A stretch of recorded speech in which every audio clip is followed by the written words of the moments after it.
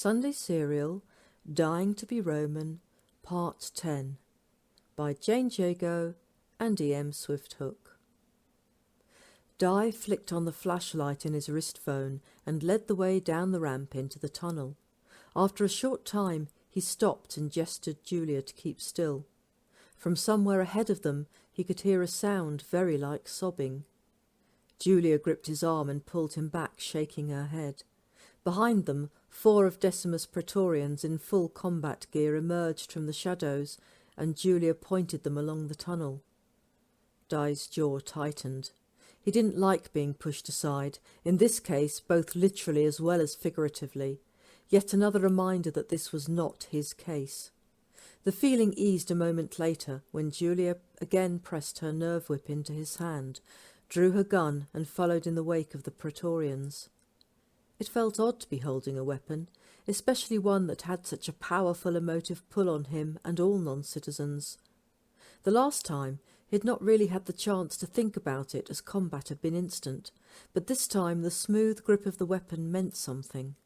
Last time, Julia had needed him to be armed for her protection. This time, she was choosing to arm him so he could participate fully. There was, of course, nothing to do once they got to the end of the tunnel. The Praetorians had the room completely under control, and one actually saluted Julia. Feeling suddenly self-conscious, Di offered her the nerve whip as soon as the Praetorian had turned away. She palmed it and winked at him. He realised then she could get in serious trouble for arming a non-citizen. It was, in theory at least, a criminal offence. The room reeked of stale urine, excrement and blood. Hanging on the walls there were what Di first assumed to be tools, but then he realised and felt ill. The result of their use could be seen in the state of the corpses, cloth still gagging their mouths so they could not scream out the agony they must have been put through. There were 2 dead men in the room, and Di's identipad revealed one was a Briton and one a Roman.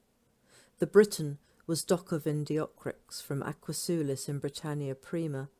He was a young man, and the brief details available on him said he had just been taken on with the Prima team for the games, but had yet to make any kind of a name for himself.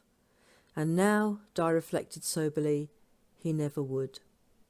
The Roman came up with some interesting caveats flagging his name, and a number of messages that Di's inquiry would be reported. Urbanus Hostilius Rufus was what Bryn would call a bad boy, and from the look of his contorted body he had come to a very bad end. Unable to access the full information on him, Di had to ask Julia to check for him. She was helping the one survivor of whatever had been going on, a woman who, despite the terror and trauma of her position, was collected enough to explain that she was Tegwyn Drust, wife of the chief lion-keeper. She knew her husband was dead. Di had the impression she had been made to watch him die before he was fed to his own lions.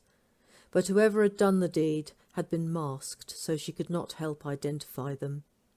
Julia arranged for Tegwyn to be moved to security at the barracks, and then looked at what Di wanted and managed to access the information on the dead Roman. Well, it looks like there'll be few tears and maybe even some cheers going up when news of Rufus being dead gets round. She showed him the information stream, the gist of which revealed he was well known for being involved in illegal gambling cartels and running underage prostitution rackets. Can't see anyone weeping over this one. Well, someone might, Di said, and pointed to one of the details. He had a wife. Julia's eyes widened. He had a wife who is from a patrician family. How did a dirtbag like Rufus manage that? She's Octavia Tullia Scavia, and according to my information she lives here in Londinium. I think you should go and break the news to her right away, Di. Di balked for a moment, then saw the expression on Julia's face and nodded slowly. All right, I'll go and tell her she is now a grieving widow. He looked at the address and then back to Julia with a frown. Coincidence? It was the block next door to the one they had been visiting that afternoon, where they had found the dead body belonging to Anna Bologna Flavia. I would be very surprised if it is.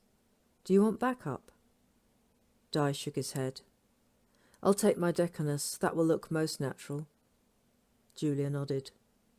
I'll go back with the Praetorians and see if I can get the Lion Keeper's wife to remember any more. I'll see you when you get back.